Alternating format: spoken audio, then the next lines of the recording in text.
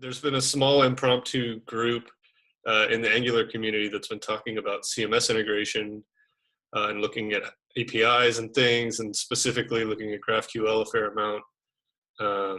So I know when I mentioned this meeting to you, you said you were already having similar conversations with other people. So maybe that's a good place to start, is what kinds of things are you hearing from other CMS people that are pain points or needs? That would be really interesting for us to hear. Oh, it was actually more in the context of like, how do you join a lot of like different data sources, whether it's like inside companies or outside companies, and less with CMS. Like CMS, I played around a bit myself with some stuff, but yeah, I actually prefer to hear your needs first, and then not to like overload the conversation with all kinds of stuff that I might be thinking and actually not what. Well, that's fascinating, because that's actually very closely aligned with, I think, a lot of what we've been talking about. So what we have in the room here, and Sebastian, it's awesome that you can join us too. Sebastian's the guy that wrote a lot of the GraphQL integration with Drupal. So we have Drupal people, WordPress people, what else? Other CMS people here as well? Well, we have Jason, who's on, and while he's actually a React guy, he's the one that the WP WordPress GraphQL project is his project, so he's the GraphQL WordPress guy. Yeah. So definitely a big mix here. So I think it is a very similar problem set that we've been talking about, where, you know, we have these integrations with these CMSs that give us deep knowledge of the internal data models of these CMSs.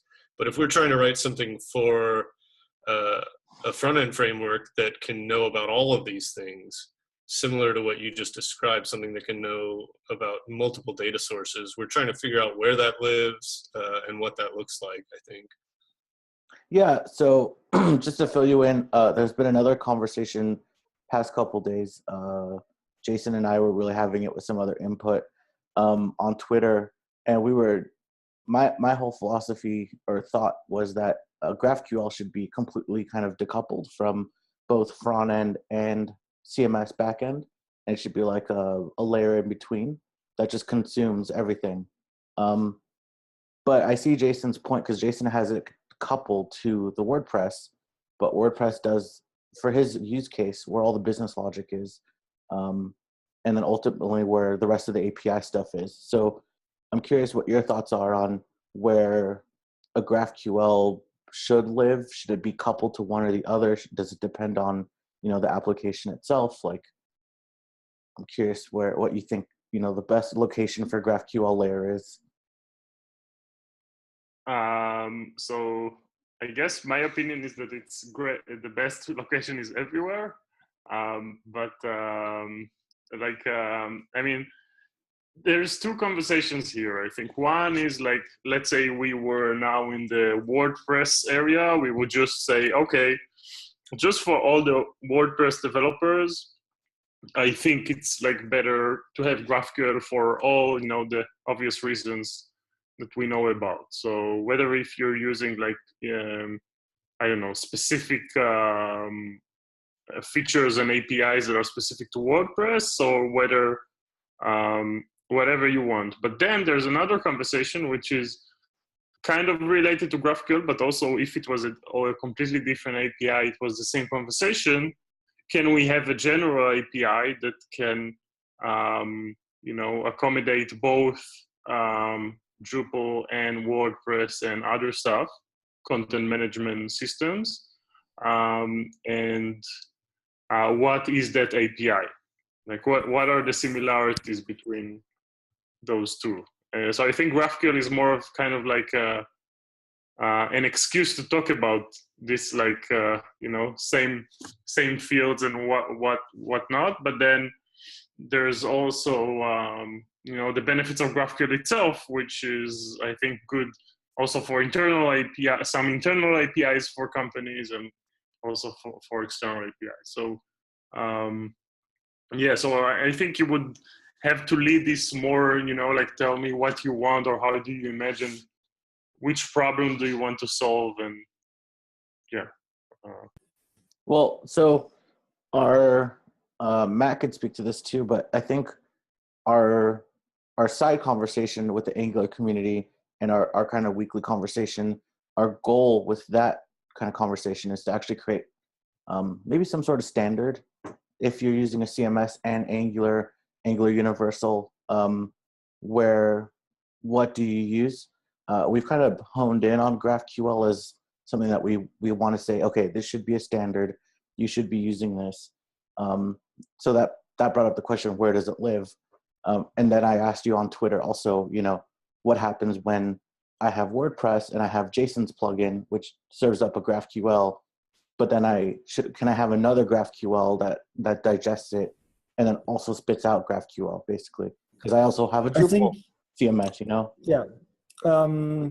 So for me, GraphQL has to live very close to the application that you're serving data from. There's no other way, actually, since you're pulling data from that specific application that you want that to be performant, and you have to have knowledge about the application. There has actually been talk about being able to merge multiple GraphQL APIs into one GraphQL API and abstracting it, so to speak. But that is on a completely different level. So fundamentally, every GraphQL, every API or every data layer, every data source has to have GraphQL very close to it, expose it somehow. And then obviously there's scenarios where you want to be able to communicate with multiple different APIs through the same client, maybe Apollo, I don't know. And currently that's not possible. So maybe there's the possibility to at some point specify two schemas that you're consuming data from, and then have Apollo figure out the queries for you and merge the results together. So there's few things that maybe I'll dive deeper into what you said. Like, first thing is, let's say we agree, like you say you want to agree on a schema, or let's say some kind of a standard, let's say a standard schema for Angular developers to query CMS through. Now, what I'm saying is, I don't think that's possible. Okay, why?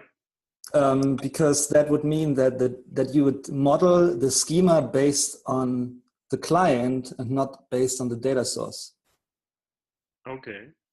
And I believe that is potential. That is not dangerous, but comes with a series of flaws in the design there. Yeah, but isn't kind of the power of GraphQL also the fact that you could have any data source coming into it, but then kind of standardize it for the client, where if I to know more about the flaws that you're talking about. Yeah, I think so.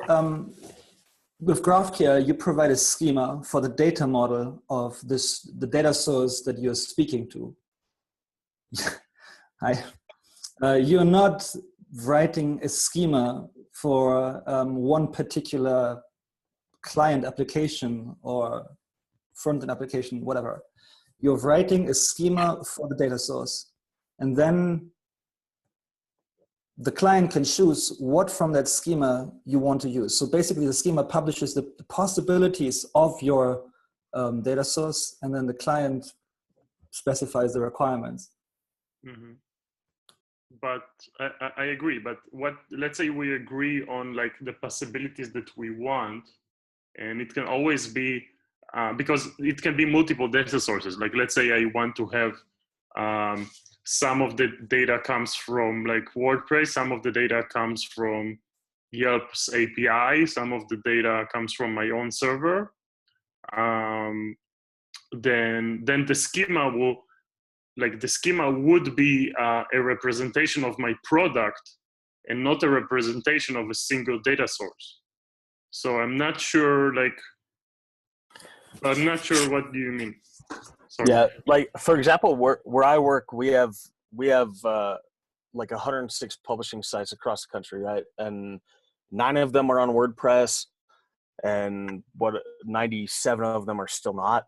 but we have GraphQL endpoints that can talk to multiple systems. So we decide on a schema that says, hey, a news article has these properties regardless of where it's stored, right? An article has a title, it has an, authors, whatever. We don't care if it's in WordPress or in a system called Saxo or NCS or NGPS. So like we have all these different systems, right?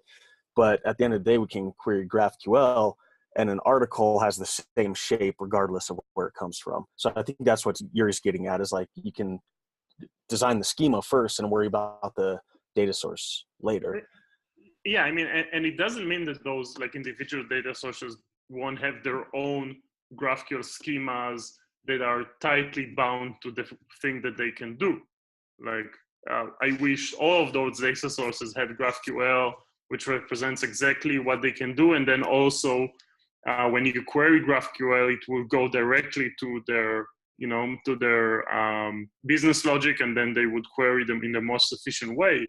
But the reality is that most data sources don't use GraphQL. They have like existing REST APIs or XML or like whatever. And the nice thing about GraphQL is that first you agree on the schema, and then you can query anything, whether it's in another existing GraphQL source or multiple other data sources that use whatever data you can get from like any type of data source. So I think there's two, maybe from maybe what you're saying is basically the same thing as I said before, that there's two different problems here. Like one, are we describing like the needs for Angular developers to have like a unified API, which is a question if it's a possible thing to agree on.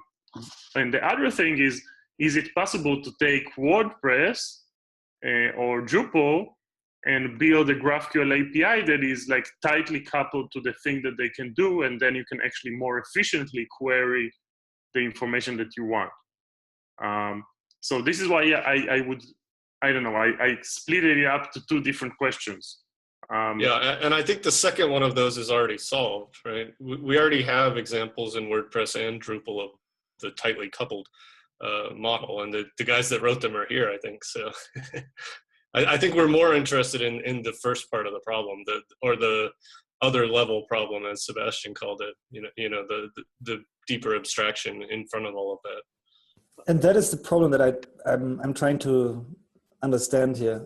What exactly are we trying to solve? Because, like, as it sounds right now, to me, you want to build a whatever it's based on GraphQL server that communicates with multiple different data sources. For instance, the WordPress or Drupal schema, and abstracts it further. And then you said that there's also, in multiple cases, data sources which already have an existing REST API, and then you want to have a GraphQL API on top. But then aren't you just building layer on layer and layer and making it more and more inefficient as you go? And who are we building this generic schema for? Yeah, so first of all, that's a great question. I mean, the question is like, I see the benefits of, well, there's two things here. Like one, efficiency. Efficiency, yes, like if you can actually query directly your data source, call directly WordPress and their, let's say, very tightly coupled GraphQL API, which I haven't seen like how they implemented it. So let's say they implemented directly, from GraphQL, you directly query the database, then it's super efficient. But I don't know. In most cases, that's not what people do. They're not querying they're not like taking the query AST and directly translating the query AST to a database query and query directly. They go through functions that they already have and all kinds of things like that. So efficiency is a question, and I think that usually the way that we saw that people solve it is, yes, they actually start with a schema that gives the client the best API possible, and also makes the communication between that server, whatever like middleware server it will be, to the client the most efficient, and also makes the client itself more efficient because it saves a lot of like code and data manipulations that you need to do on the client side, because usually that's what takes the longest, the network itself. And then you start optimizing your data sources. So sometimes, even if you call like a GraphQL, and then the GraphQL calls the REST API, and the REST API calls the database, that doesn't mean it's going to be the slowest. Like, actually, definitely not. So from what we've seen, it's like, that's never like, you start with that, and then you realize like where your pain points are. Usually your pain points are not related to this, like, going from this to that, through different endpoints. Like, this is usually not the problem. Usually the problem is, the existing databases and their configurations and stuff like that, which GraphQL doesn't like actually just help identify that instead of, and clear out like other bottlenecks that were between the client and the server. So if we can like talk a lot about efficiency, but I think we're probably not there. Maybe we are, but I'm not super aware of the current implementation of GraphQL with Drupal and WordPress and stuff like that. But then the question is like, will we all benefit from like a single, or let's say an expendable schema, expendable one single schema that that all the Angular developers and React developers, and I think it doesn't matter in that case, would be able to use. And it's a question. It's a question that I think it's not directly related to GraphQL, but one thing that I can think about, like when I think about that, is actually that schema doesn't have to actually live anywhere. Like if we will have, let's say, just a GitHub repository, like I'm going too forward with this, but just like, I think to address your points, if we agree on this schema and just publish it as a schema file, as an IDL to GitHub, and then just, and version it and whatever, but the implementation itself, like, let's say WordPress will just take that schema, put it inside their own, it won't be like a middleware, instance. It will just be a representation of a schema, and then that schema lives on each of those products directly coupled to there, and they will each like platform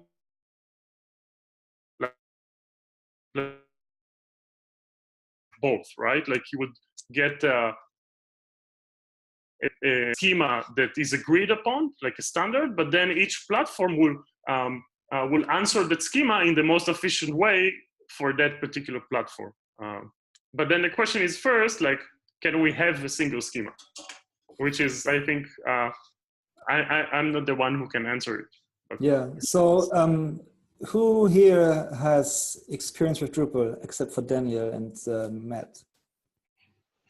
I don't know, I have very little experience with WordPress, I have to admit.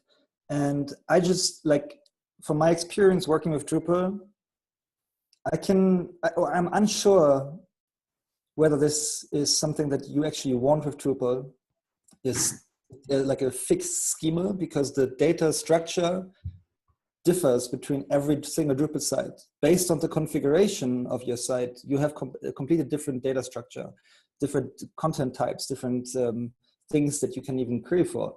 And so based on that data structure, you also want to have the schema. But the schema is related to your client application, right? So really, if I had, one schema, and we'll take our example that we're talking about right now in our discussion, which is we want to like model out a Shopify type website application, right?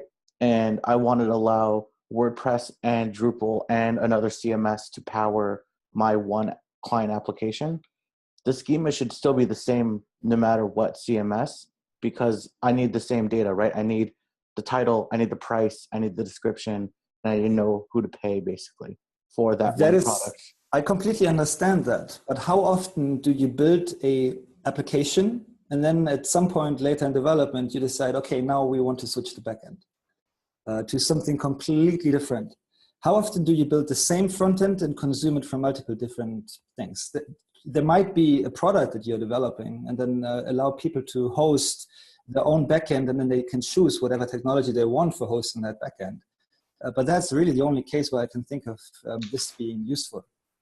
I don't know. The project I'm building out, it's a business intelligence platform. And I'll tell you that I pull data in from a lot of other databases all around the company, and our ticketing API, and our chat API, and our phone API, and our clock in, clock out system.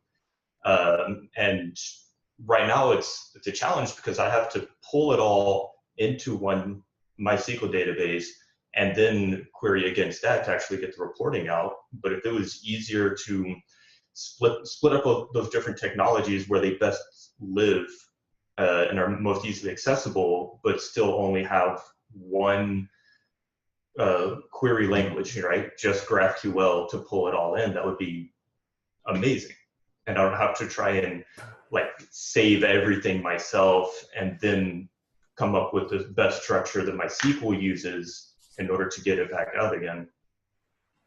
So I think there's again few different things here. One is having agreeing on GraphQL, which I mean it's great. I definitely agree with that. But then there's agree on one single schema, which is a different thing.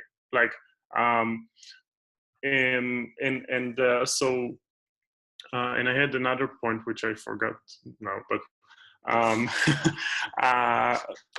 but yeah, I forgot the point. I lost my train of thought. Sorry, I mean, those are two different things, and yeah, I guess maybe we should start with just kind of. The other point was for your point, Sebastian, that your generated site keeps changing.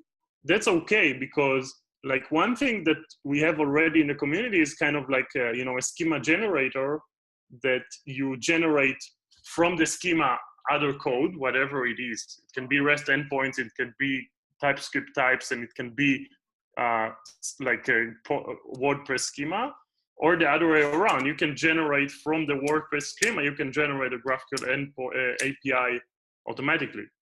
So that is exactly what the Drupal module does too. We generate a GraphQL schema for the entire Drupal data model, and then you can query it.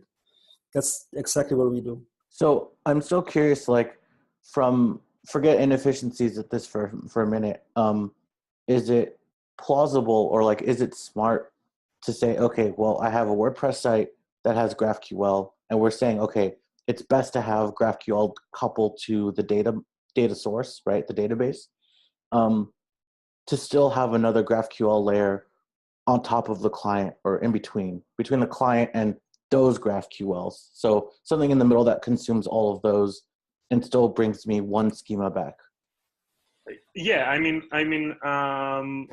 it's definitely possible, because layers are, there's many layers. There's if we're talking now, layers of things that are happening between your client calling the API and what's happening there, then, there's a lot of things that are happening that are, so putting another GraphQL layer is sometimes it's actually it gives more info, it doesn't, I don't think that's a big inefficiency problem. And I think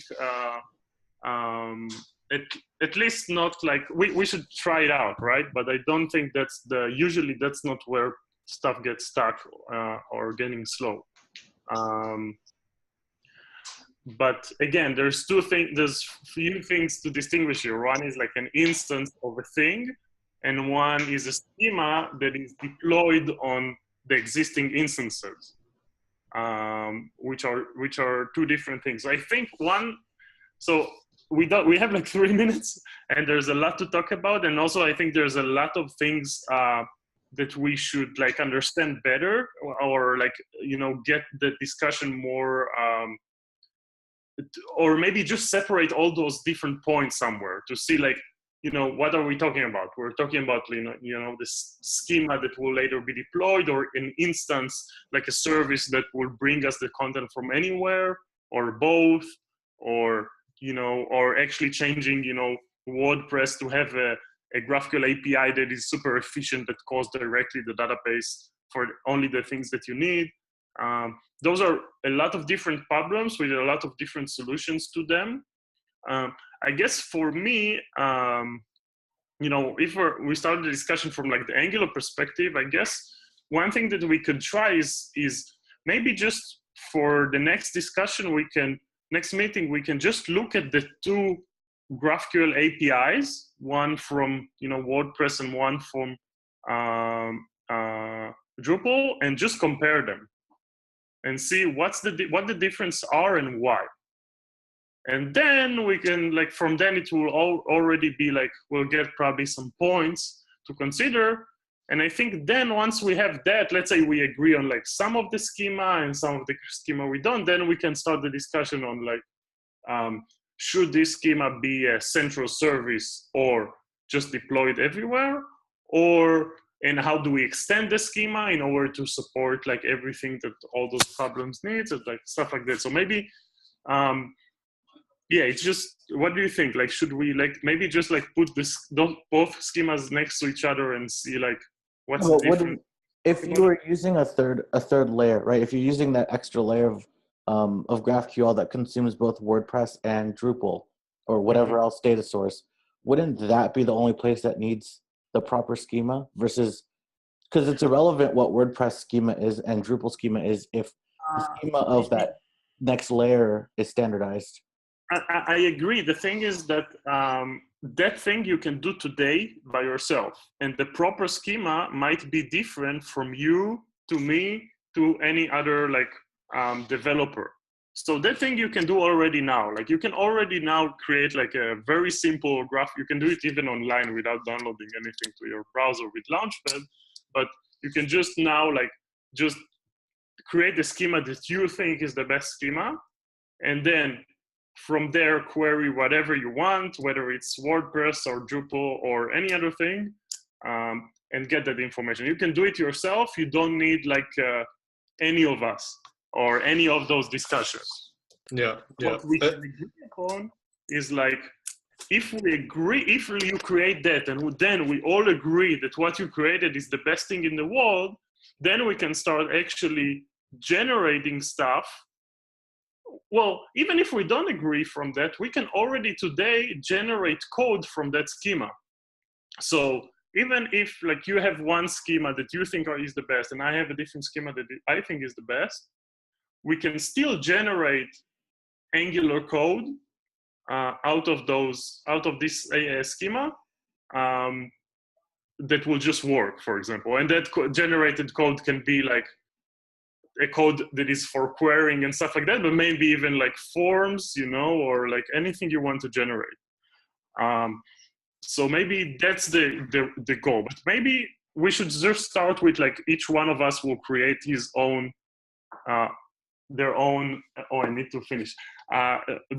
like perfect schema, and then we'll compare it in our next meeting, and then we'll see how we can, if there's like, what is the stuff that we can, you know, that will be the same and what will be different. And then we can talk about how do we get that implemented, and, you know, yeah, if we should have one library that is best for all, or just like an example, and then people can change that example, but still have the tools on top of it. For example, generating, you know, forms and stuff like that. I have to run. I'm really sorry because this is not my place and I'm hijacking it. Thank you for your time, Yuri. Yeah, I think that's a great suggestion about how to start the next conversation with a little more direction. Yeah, I would also like that. But still, like the initial question and the initial what we're trying to solve here and why is not yet clear to me. So if someone could write that down so we can think about it maybe in private a little bit for a while, and then also maybe comment on it somewhere on an issue. Yeah, That's a great idea. Yeah. Roy and I will work on that. Yeah, we'll create a document, and then when I post the video of this online, I'll share out the document in the description, along with some other information, everyone's Twitter and everything. So we'll work on that. Thanks, everybody. Yeah. Bye. See you guys later. Bye.